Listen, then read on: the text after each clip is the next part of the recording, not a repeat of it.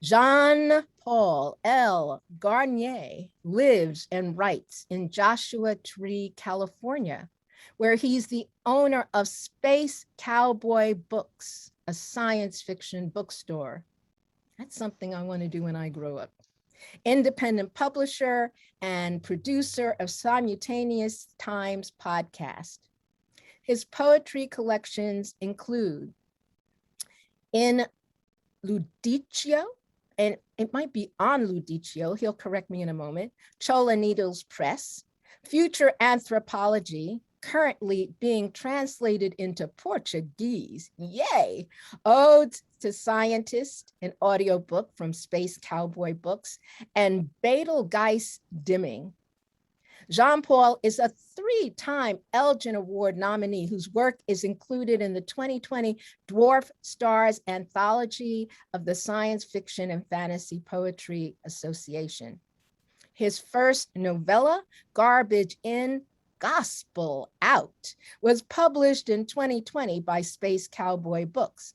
In 2018, Traveling Shoes Press published Echo of Creation, a collection of his science fiction short stories. Jean-Paul is a regular contributor for Canada's Warp Speed Odyssey blog and is the current editor of Starline Magazine, the official publication of the Science Fiction and Fantasy Poetry Association. Welcome, Jean-Paul. Thank you. I'm incredibly honored to be here.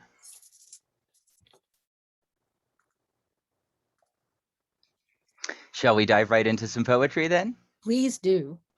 All right. I'm going to read a sort of lengthy poem, but we won't go over time. It's the title piece from Betelgeuse Dimming, which is been nominated for this year's Elgin, along with one of Akua's books. Early pre-pandemic, it was announced that it was possible that the star Betelgeuse in the constellation Orion was potentially going to go nova. It's since been discovered that that is not the case. It will at some point eventually, but it ejected a gas plume which caused the star to dim. And every night I went out to view it in hopes of seeing a nova, and found that I was torn about a civilization. If there was people living around that star, what would happen to them if the star went nova? And I started to feel this guilt for wanting to see this stellar activity. So that's what this poem is about.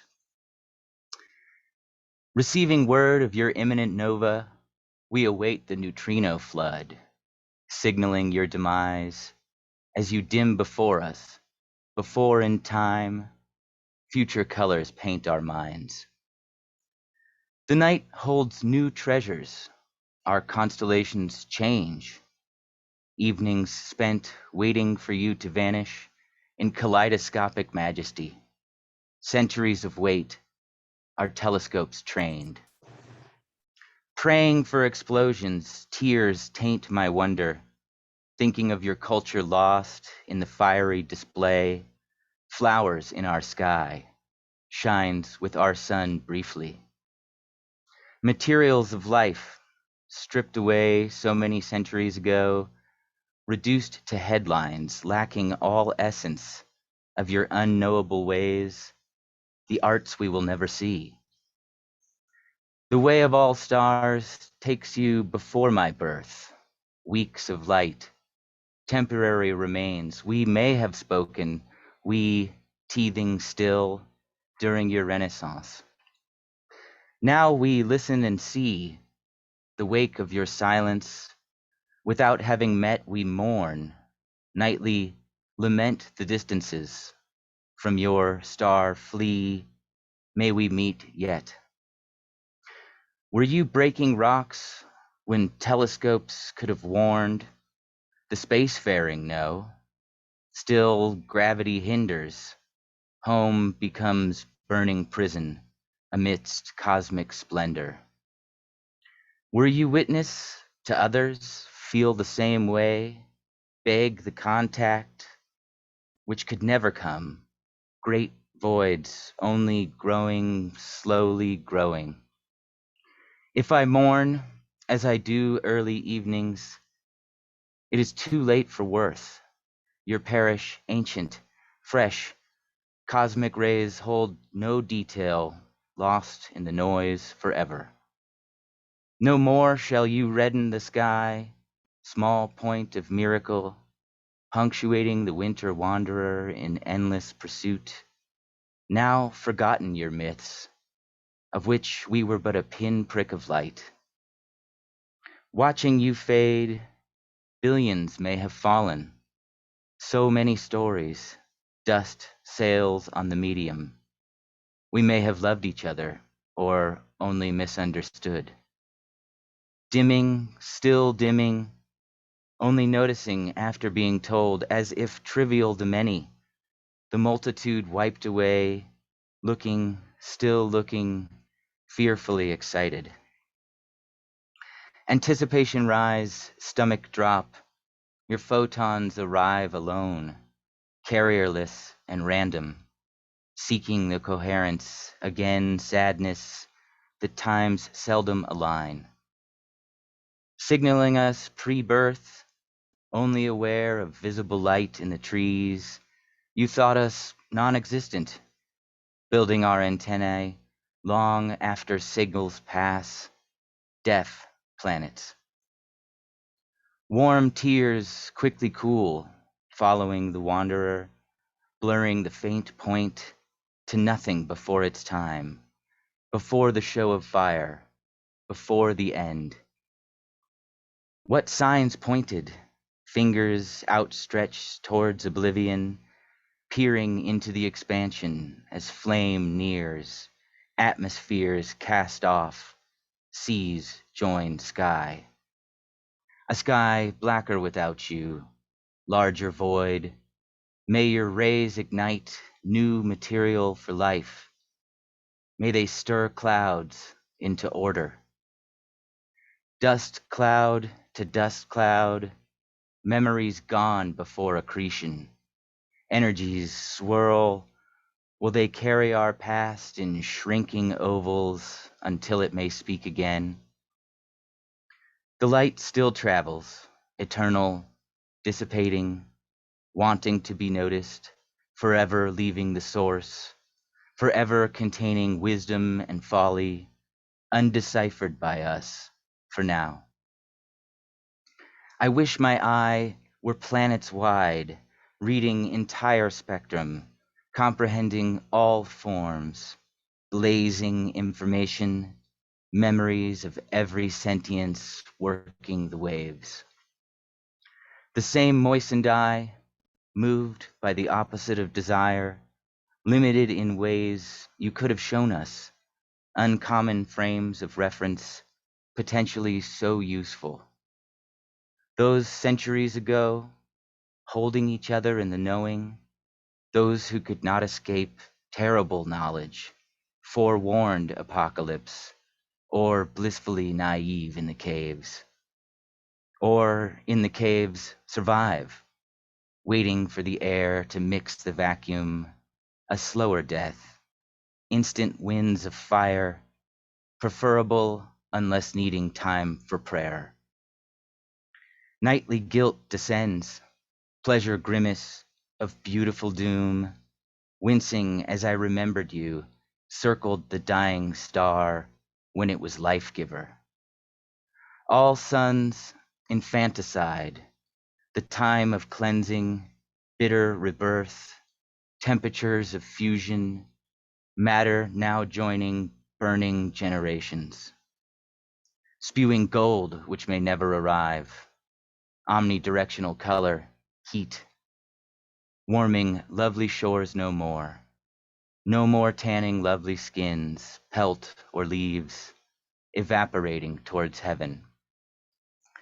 The beautiful coming apart, my future, your past, we never to share a present, the meaninglessness of now, a now which never comes, now the wanting last. Who watches, thinks these thoughts, as our parent swallows her children, perhaps another trite old song, the common lament, echoed through the cosmos, reiterated so many times. Implosions infinite, Constance still constant, nuclear dance while all spin, pirouette of creation, awareness the rarity, and now one less.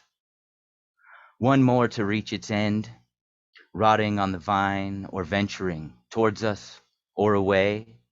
May new soil move beneath your extremities, may new seas part with your stroke.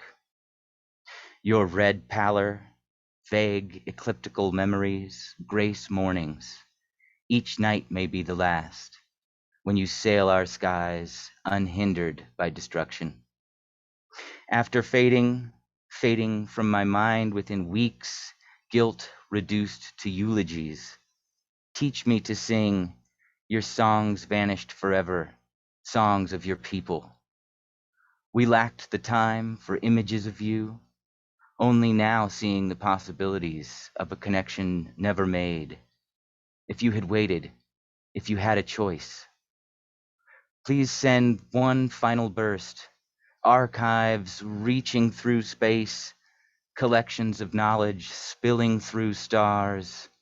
Open arms await the histories of your achievements. Receiving news of false alarm, klaxon of the mind falters in disbelief. Still, our deaths lurk around every shining sphere, truths relative, bending light.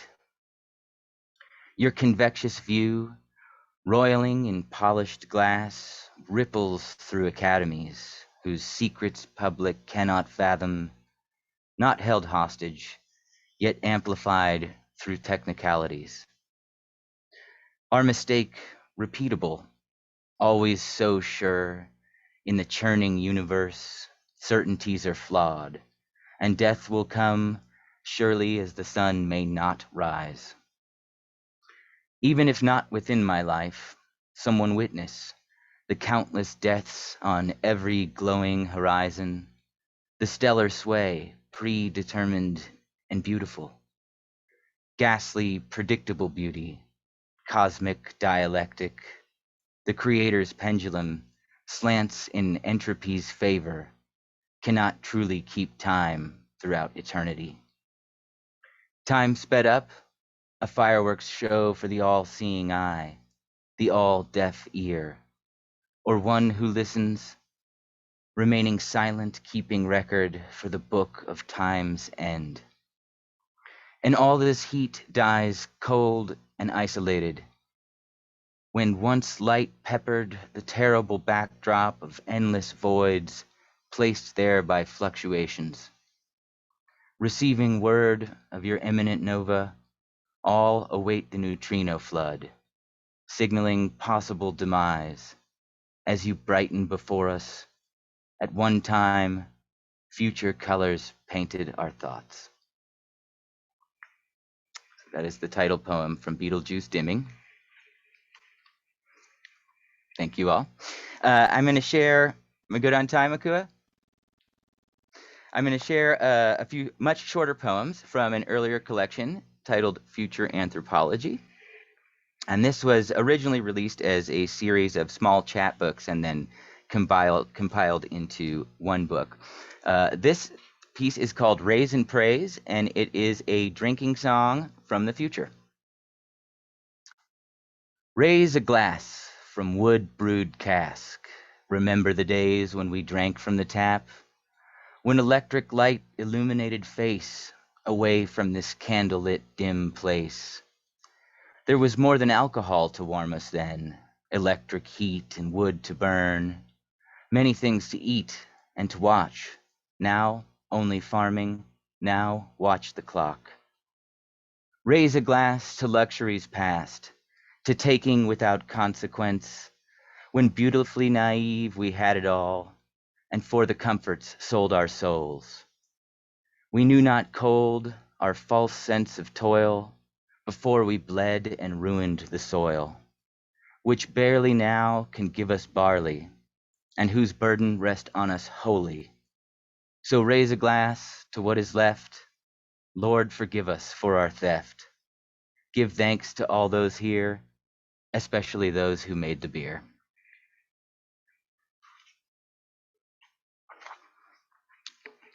It's always a fun one. Um, this next piece is called Anthropology, and I will give a brief preference because it's a very brief poem.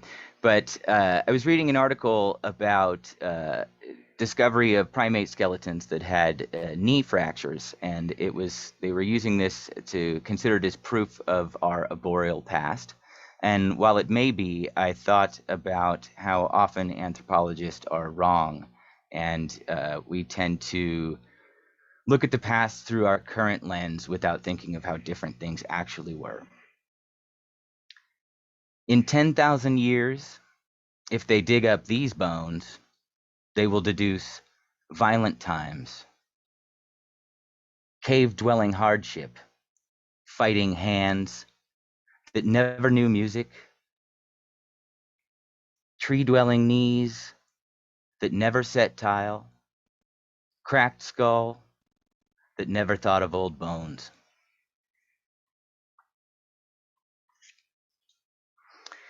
Typically, I stick to science fiction poetry, but occasionally I will dabble in horror.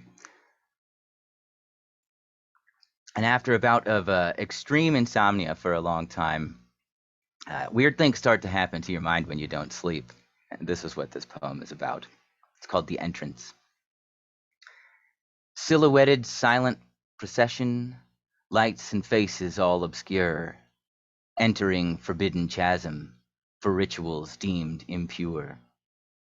Atmosphere blurred with faint impression, grotesque and vile caricature, electric, ghastly phantasm does devil's dance in miniature. Implementing all transgression, then demons the soul of man procure, with bodies dripping protoplasm, disease for which there is no cure. Practicing all indiscretion, to fiery depths the devil lure, all flattery tinged with sarcasm, the pact a fiendish ligature. And such begins outright possession, no mind of man equipped to endure, the body twitch, the spirit spasm, burnt in impure temperature.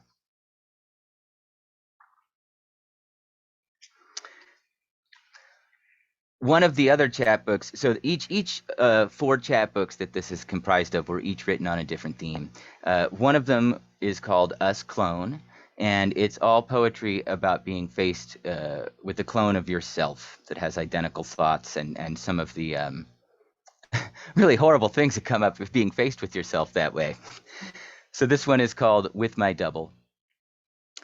With my double, with my clone, both of us trouble prone, of same flesh and of same bone, always together, always alone.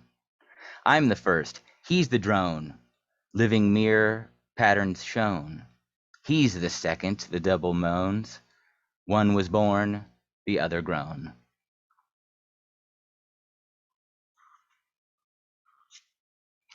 So unintentionally, when I wrote the clone poems, they tended to be negative. Fighting with yourself. Everyone asked me, "Would you have sex with him?" Which I thought that hadn't occurred to me. I did end up writing about it because so many people asked. But a lot of the poems took a kind of negative turn, as you dive into that type of self-reflection. However, I ended it with a more positive piece. This is called "Go with Joy." If the essence may be split, let each take all, isolate this joy, and may he flee the other. The joyful has swimming to do. The rest can stay with worry and splits, feet planted. Let imagination go with joy, be unstoppable. Rejoin the distracted spiral of singularity.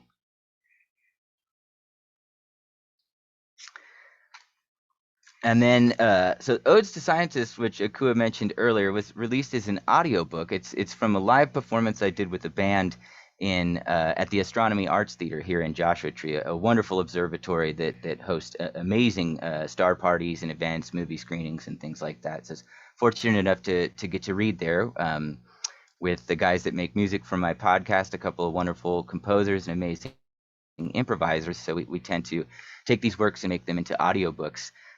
Some of the poems from Odes to Scientists had appeared in future Anthropology. These ones were mostly to male scientists. I've written a new series that's all for female scientists, which will come out in a later collection. But they're to honor some of my heroes.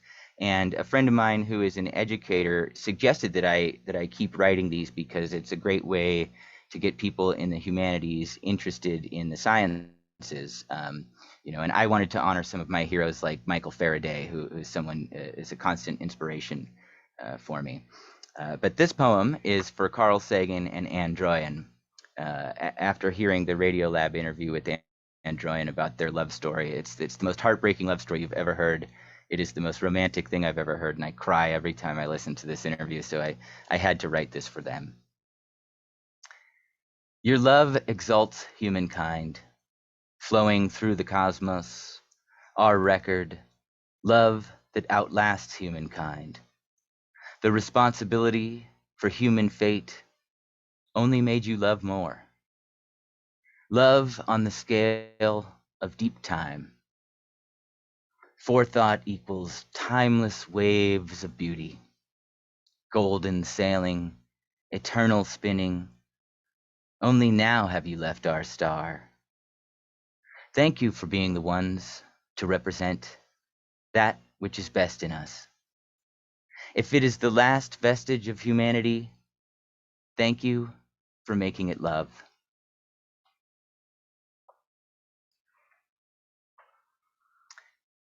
How are we doing on time there? You want a couple more? Okay. Let's see here. Stuck to the more positive stuff. A lot of my writing is a little darker. This is a darker one here, and I was very fortunate to have a Spanish translation of this piece recently published in Dark Matter magazine. It's called Humanization. And this is for our robot brothers and sisters. They say the human face will make it easier. We want to create in his image, make machines the way we make babies, then tell ourselves there's a difference. The human quest for slaves so permanent, every man must be king, soft hands, tastier the fruit of another's harvest, served with a human face. Despise all beneath one's vantage, gratitude wholly unnecessary, very existence a debt. A human face, expressions pay interest. Better when you are a god to subjugate. A face allows empathy. Empathy allows power. My purchased underling, do as I say. Every wince justifies and validates my orders. No face will make them human. That's what the whip is for. Sorry, it's such an ugly poem, isn't it? But I feel like as we move towards making robots and entering AI into our life, it really does feel like we're just looking for servants, and that's not good or exciting to me. What excites me about AI and robotics is that we will have an alien intelligence with no language barrier. And if we have an alien intelligence with no language barrier, then we'll be able to talk about philosophy. We'll be able to talk about theology. And I think we will be in for a great awakening if we are able to have those types of conversations with the intelligence that differs so greatly from ours. And that's kind of a good preface to this next poem that I'm going to read. It's called Last Contact. It's about communication barriers. And this one was in this year's Riesling anthology. As they left, I heard cheering, unsure if it was mixed with tears, or was it shouting, begging. We never crossed the language barrier. Protesters held signs scrawled with equations. Even these symbol sets remained a mystery. It shook its head and turned away, rejoining its crew for departure. For us, it meant no. It could have meant anything. language meaningless. We could have shaken the wrong extremity. They leave on a pillar of fire, smoke signal of farewell, a burnt patch of earth, monument to the failure of our linguists, knowing less than before, abandoned. They said something before they left, but I could not hear it through the cheering.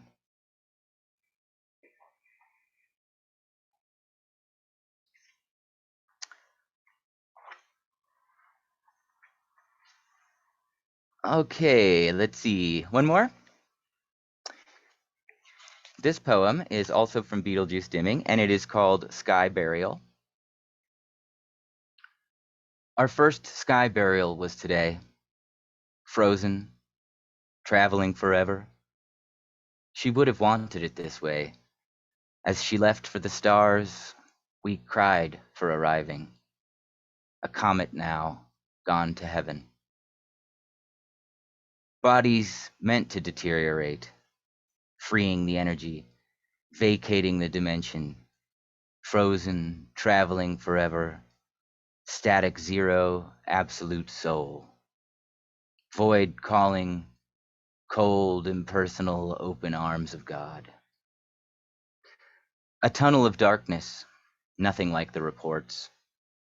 One cannot leave when they have already left. I could hear their voices, viewed from above. I begged not to be sent to the void, yet human sadness needs remains gone. With diminished crew, spirits plummet, stars become graveyard, infinitude populated with loss. And now they all look the same. Will she travel to forever or join with sun? Transmutation ends with cold. Spirits break entropy if freed from mass. Or time can stop as your light is trapped. The containment field entered from the void, frozen, traveling forever, meant to let go, caged through sky burial. May suns call to me. I would grow to draw them in. Perhaps consciousness could, if freed, bodies meant to deteriorate. As a vapor I could move, taking their sorrow with me, as I leave all stars to become one. Thank you. Bravo! Thank you so much. I'm honored to be here, and thank you all so much for being here to hear these. Oh, that was so lovely. And thank you for kindly and gently correcting my pronunciation of Beetlejuice. Oh my gosh. If that was the poem you were telling me about when we were talking, I am so glad you read it. It was phenomenal.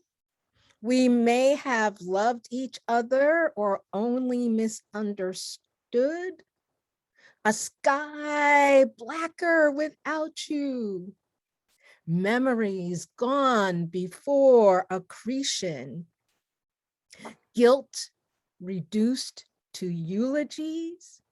And then that connected for me with the line you said most recently, infinitude populated with loss.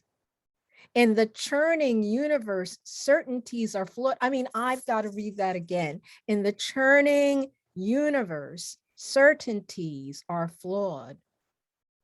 The creator's pendulum slants in entropy's favor. Oh my gosh, Jean-Paul, how exquisite. So many exquisite thoughts. I thank you. And what they said when they left um, reminds me of something that I also wrote recently, which if I remember, I'll make a note and to share it with you. Uh, these were Please just do. these were just absolutely delightful, um, including inserting humor. And what you considered horrific was not that horrific. I think we all know about the darkness as well as the light. So I thank you for balancing that. If anyone has questions, feel free to put them in chat, but I'm always prepared with tons to say and talk about and chat with Jean Paul about. And um, I, I'll start with the reading before I get into some of your history, because your reading brought up a couple of things. What I noticed was when you were dealing with what you deemed the darker or horror stuff, um, it seemed to get formal and you employed rhyme. Is that a strategy that you use? It is. I write with rhyme and form sometimes. I can't say that I think it's my strength, but I'm a big fan of forms, particularly the villanelle. I've never written very good ones, but I just adore villanelles. Me too, Um, me too, me too. and what I'll often do when I'm writing, I'll usually pick a theme before I write, and I'll kind of outline out the themes for each poem. And what I will do when it comes to form is I will usually invent my own forms or rhyme structures, and I'll kind of put those in place and then see if I can bring something with it. I find it can be great for humor. I find when the subject matter is intense or ugly, as sometimes I take on. I just wrote a book about nuclear weapons, which I cannot wait to stop thinking about that, because talk about atrocity. Um, Mhm. I find that sometimes when dealing with difficult subject matter, that putting it in form and giving it a solid or interesting meters can really help with wrangling that in and keeping my thoughts focused, especially when talking about atrocities or the hypothetical death of civilizations around Beetlejuice. Um, I find it's nice to have a framework when dealing with different subject material. Sometimes I'll end up eliminating that framework, but as a starting place, just to keep my thoughts in order. Absolutely agree. So it is a strategy for you. In fact, we've got a couple of comments. Denise Dumar says she calls them villainous villanelles as they're so hard to write. Um, uh, and thank you for that insight. When did you begin writing poetry? I wrote my first poem when I was 9 years old. Yay! Um, and I've pretty much been writing poetry ever since. I did a lot of weepy teenage confessional poetry, as we tend to do in our youth. Um, I've always been a fiction writer too, but my favorite fiction writers are the ones that write like poets. Mhm, mhm, Samuel Delany comes to mind, Anna Kavan, Catherine Dunn, William Burroughs, mhm. writers that really have the prosody. And often I'll I'll write a poem first and then make a short story out of it. Or if I have a short story or a novel idea, I'll write it in poetic form and see if the idea is good enough, if there's enough uh, bulk there in the idea to do something of greater length. And also often, if I have an idea and I'm not sure whether it's going to be a short story or a poem, or which direction I'm going to take it, it'll often depend on how emotionally charged I am about the Mm. subject. If it's something that I feel quite emotional about, I'll usually lean towards the poetry, Ha. um, because we can do so much in so little space with poetry, which is wonderful. And sometimes when I want that emotion to really come through, for instance, in the new book Proving Grounds, that's about nuclear weapons, it is an angry book. It's very angry. It's written to make the powers that be accountable. It's a lot about growing up under Ronald Reagan and the damage that he did to our world and our culture, and the possibilities for peace that were neglected. Is it And nonfiction? it's poetry. It's Um, oh. Okay. It's poetry about nuclear weapons, and Whoa. normally I wouldn't want to do this, but it's designed to make you angry. And the reason it's designed to make you angry is because I want to make an activist out of the readers. And, at the very least, sign the petitions. There's an organization called the International Campaign for Abolishment of Nuclear Weapons, which has actually just made nuclear weapons illegal. Of course, the 9 nuclear powers aren't doing anything about that, but it's time. And so the more emotionally charged it is, then I'll reach for the poetry. And last year during lockdown, I started thinking about all the bigger problems that we have, not to diminish the pandemic or what everybody's gone through or the deaths, because it's been absolutely terrible, but it made me start thinking about the things that are even worse. The genocidal Global. capability of nuclear weapons, and just the fact that genocides have happened, period. Mm-hmm. And so sometimes I will use the poetry as a form of activism, um, but it really depends on the emotional weight. I've often written the same story as a poem, as a short story, and then as a stage play, and really try to understand my themes and ideas, and hopefully be concise about portraying them. When did you start writing speculative poetry? Um, that's newer for me than writing, normal poetry or whatever.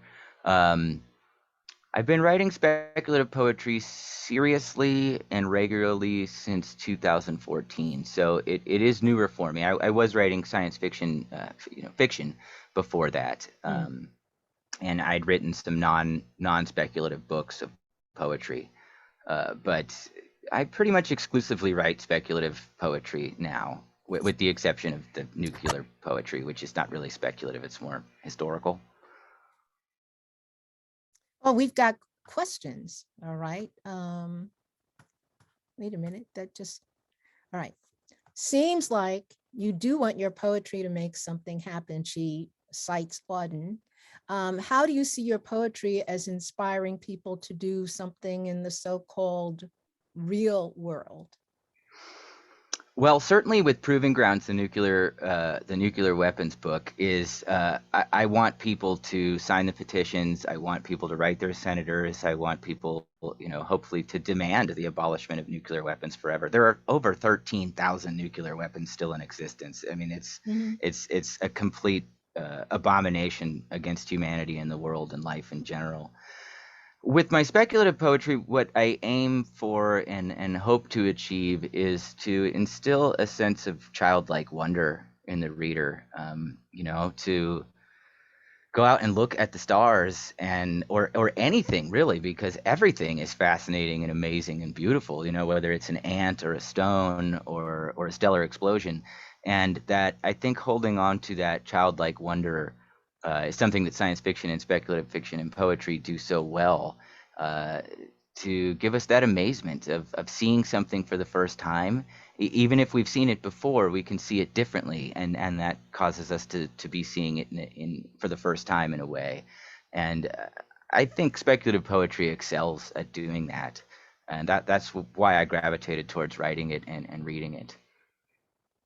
We've got another question in the chat, and I think I just lost it again.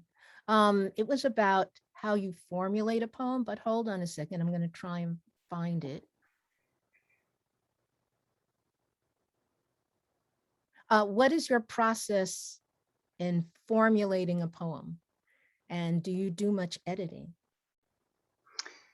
Yes, I do a lot of editing. Although sometimes we luck out and something pours out and it's good right away. Not always, usually not. Mhm. Although in those Believe. beginning stages, I really try and let it flow and not block myself. And, I'll end up cutting tons of things, changing word choices and moving lines around. On the first pass, I usually won't be too worried about prosody. I just want to get the ideas down. And then generally, I'll edit for quite a while. In a poem like Beetlejuice Dimming, it's because it's a fairly long poem. It took months to write and edit. I think I worked on that piece for 3 months every day. Um, Mm. so it depends, and it also, back to the being emotionally charged with the work. Sometimes when the feelings are that strong, it will just pour out, and occasionally it's actually good. uh, I certainly don't publish everything I write. I mean, there's a drawer full of and hundreds of notebooks filled with garbage that hopefully no one ever sees. Um, so I think like most of us, we write a lot and hopefully something comes out good, and extensive editing. I work, I'm the editor of Starline, as you know, but I also work as a freelance editor helping people with novels, mostly developmental editing. And that has taught me so much about writing and avoiding mistakes and the importance of word choice for connotation. I've also been fortunate enough to have some wonderful teachers that have shared things with me that have changed my writing and my views towards literature in general. If I'm working with something formulaic, uh,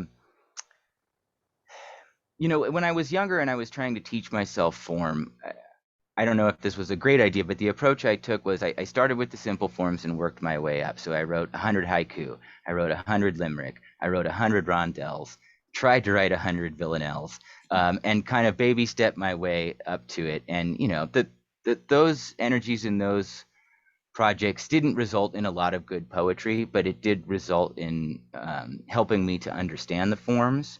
And also something that I didn't expect going into it, but one of the main things I learned from doing that was just how much the form itself can lock in a sentiment. For instance, if you write rondelles, it's hard to write a rondelle that's not kind of sappy. They tend to feel romantic just based on the form. So um, when I'm writing form, I'll try and work out my rhyme schemes first, and build in constraints for myself. I think giving constraints to ourselves as writers is a really good. Okay, I'm not allowed to use this word. To limit yourself where it's not just endless possibility, but I have a small pool of things to work with, and can I do something with that? It's muscle building, to my mind, what you described. Yeah, it's the work that I have to do with the mind, like the work you have to do with the body. So that's wonderful. I'm really intrigued to read Proving Grounds, especially because the first speculative poem I wrote was about nuclear war when I was in elementary school. So I'm feeling you very, very deeply on that. And I remember very much, I forget her name. I think of her name as Jane's. You probably know who this is, the Australian woman doctor who kind of gave up her practice to just make sure we never forgot about the nuclear threat around the world, who spent like a lifetime sounding the alarm and keeping us alert. So I thank you for taking up that work because it's hard work. There's a And lot of people doing amazing work, but for some reason the discussion has ended. Since the Cold War ended, we tend not to talk about the nuclear threat, which is very weird because it's still real. The Cold War ended, the bombs didn't go away. In fact, they ended up in worse hands in some cases. yes, yes. Um, and you've already answered some of my other questions, but here's one. What uh, I'll make it more, maybe make it more specific. What inspires and what motivates you? Um, Being alive is such a bizarre experience. I think just attempting to understand our existential dilemma really does it for me. I find inspiration is fairly easy because if you start looking into something you don't know about, you will find amazing things. No matter what subject matter it is, it goes so much deeper than one would think. And everything you look at is absolutely incredible. Um, and I've been a little bit of a dilettante in my life, a hobbyist, where I'll do something for a year, I'll start making electronic circuits for a year. I'll get into gardening for a year, whatever it is, and I like to try and scratch beneath the surface on different subjects enough to know a little bit more. I'm not I'm a generalist, not a specialist in that way, and I used to beat myself up about that because like, oh, you should really focus on on something and go all the way with it. But what I realized a few years ago was that generalist attitude, the dilettantish attitude of looking into things, was actually the exact skill I needed to be a good editor, to Mm. know a little bit about a lot of things. Mhm. Um, so again, that sense of wonderment, no matter what you look at, whether it's how to build tables or soil crusts, it really doesn't matter what it is you look into. There's fascination there. So that sense of wonderment is an easy inspiration. If I feel dry of ideas, I start reading nonfiction books about things that I don't think I'm interested in, or watch documentaries about things that I don't think I care about. And Hmm. as it turns out, whenever you look into something you don't know about, there is a reason to care, and that keeps me feeling alive. It informs the work and it makes me want to write and gives me ideas, but it also, to be jaded in an infinite cosmos is obscene, because an infinite cosmos implies intimate possibility, intimate diversity. I mean, it's infinitude alone keeps me going all the time, to try Here, and wrap here. your head around that. At what point in your process do you edit? And did that change with your work as an editor? I don't know if it's changed so much. I think it's made me more critical of my own work. And when you spend all day trying to identify errors, it helps you avoid making them in the first place. Hopefully, that is the result. Mhm. Um, I'm sorry, the first part of the question again? So, at what point in your process do you edit your poem? Okay, so with the poetry, I tend to write in collections. Occasionally I'll sit down and write one poem. Usually I'll write a batch, at least 12, sometimes 40, or where I'm attempting to write a book on a specific theme, if I can keep the theme going for that long. So Mhm. I treat my poetry books more the way I treat the novellas that I write, where the rough draft is the rough draft. I don't think about the editing until all of the rough draft is complete, Great. and then I will approach the editing in as a solid chunk of the whole piece, because I want continuity and arc amongst the poems as a collection. Mm. Um, so it's easier for me not to try and work on them individually in that way. And so once the rough draft is done, I will read it over and over and do usually 5 or 6 editorial passes before I, hand it over to some beta readers and get some outside opinions that are probably more objective than mine is at that point. What is your writing routine?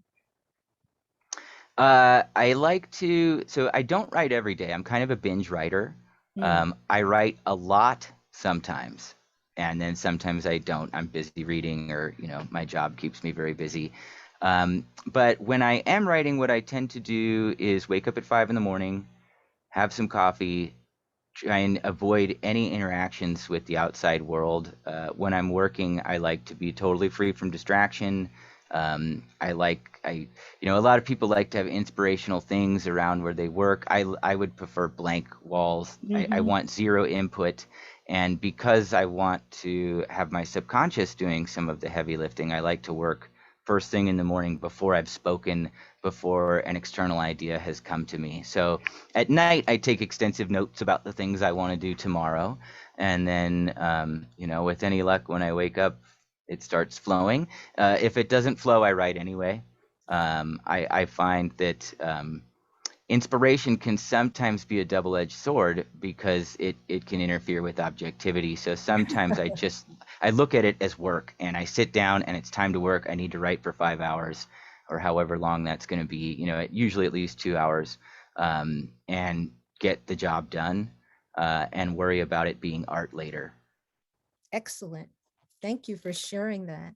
Um, who are you reading? What are you reading?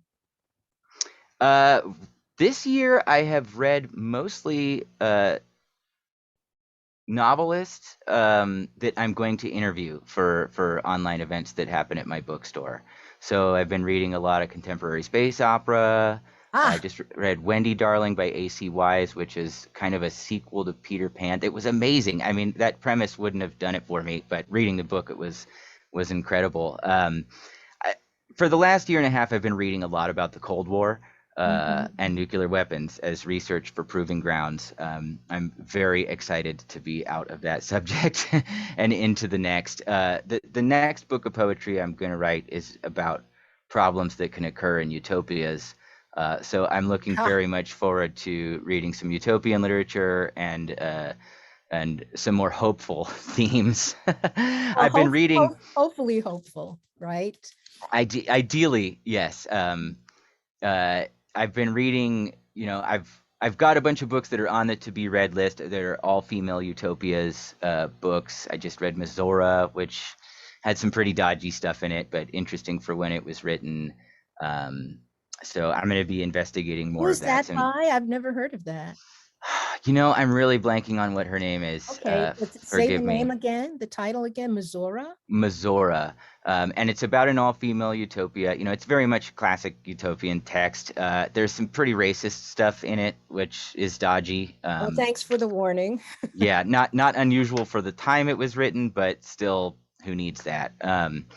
But Yeah, I was taking a class, the great courses, which are classes you can get on DVD. I was taking a class on utopian literature, and the teacher was so wonderful. It made me want to get deeper into some of the texts that were being taught.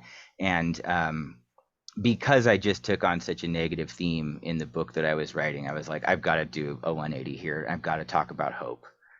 And one of the things I always come back to in my writing, and I kind of, this is going to sound sterner than I mean it, but as speculative poets and speculative writers, I feel like we have a duty to be visionaries about the future being good, because if we can't imagine positive futures, if we can't imagine it, we cannot create it. We have to imagine it first. We have to do a and lot of heavy lifting. We have to. Yes, we do.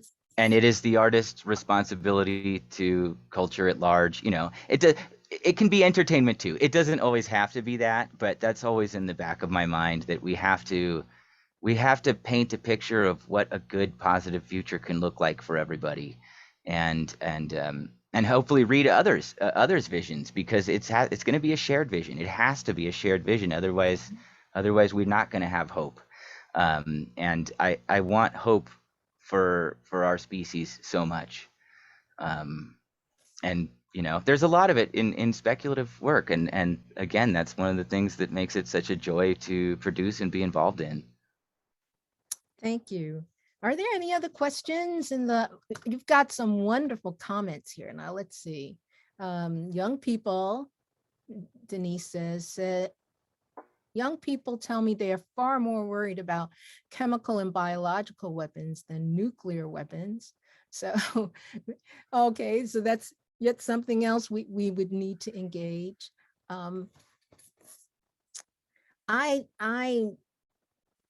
want to thank you for your time, John Paul, and thank everyone for coming, because we're at the end of our hour. We've only got a couple of minutes, and I think I've covered everything I wanted to with you. I'm just double checking. Thank you. Thank you so much for being here and for sharing your work. And I'm just amazed that you can focus that way. I wish I could. I wish I could focus on one topic and explore it thoroughly. I'm such a grasshopper in terms of that. So I deeply admire that focus and depth, and you taking on this hard work. It's interesting. Folks didn't hear us before we began. We were talking about genocide.